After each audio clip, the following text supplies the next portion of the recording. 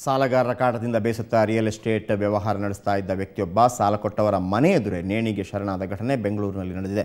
ಕೆಆರ್ಪುರಂ ನಿವಾಸಿ ಕೀರ್ತಿಕುಮಾರ್ ಆತ್ಮಹತ್ಯೆ ಮಾಡಿಕೊಂಡವರು. ವಕೀಲ ರಾಮಚಂದ್ರ ಎಂಬುವರ ಜೊತೆ ಸೇರಿ ಕೀರ್ತಿಕುಮಾರ್ ರಿಯಲ್ ಎಸ್ಟೇಟ್ ವ್ಯವಹಾರ ನಡೆಸ್ತಾ ಇದ್ದರು. ಅಲ್ಲದೆ ರಾಮಚಂದ್ರ ಅವರಿಂದ ಸಾಲವನ್ನು ಪಡೆದಿದ್ದರು ಎನ್ನಲಾಗಿದೆ. ಸಾಲ ವಾಪಸ್ ನೀಡುವಂತೆ ಒತ್ತಡ ಹೇರುತ್ತಿದ್ದ ಹಿನ್ನೆಲೆಯಲ್ಲಿ ರಾಮಚಂದ್ರ ಅವರ ಮನೆ ಬಾಗಿಲಿನಲ್ಲಿ ಕೀರ್ತಿ ನೇಣು ಬಿಗಿದುಕೊಂಡು ಆತ್ಮಹತ್ಯೆ ಮಾಡಿಕೊಂಡಿದ್ದಾರೆ. ಆದರೆ ತಮ್ಮ ಪತಿಯನ್ನು ಕೊಲೆ ಮಾಡಲಾಗಿದೆ ಅಂತ ಕೀರ್ತಿಕುಮಾರ್ ಅವರ ಪತ್ನಿ ಆರೋಪಿಸಿದ್ದಾರೆ.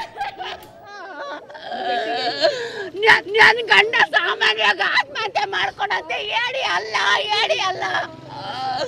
ಅವ್ರಿಗೆ ಯಾರು ಬೇಕಾದ್ರೆ ನನ್ನ ಗಂಡ ಸಾಮಾನ್ಯವಾಗಿ ಆತ್ಮಹತ್ಯೆ ಮಾಡ್ಕೊಂಡಂತೆ ಹೇಳಿ ಅಲ್ಲ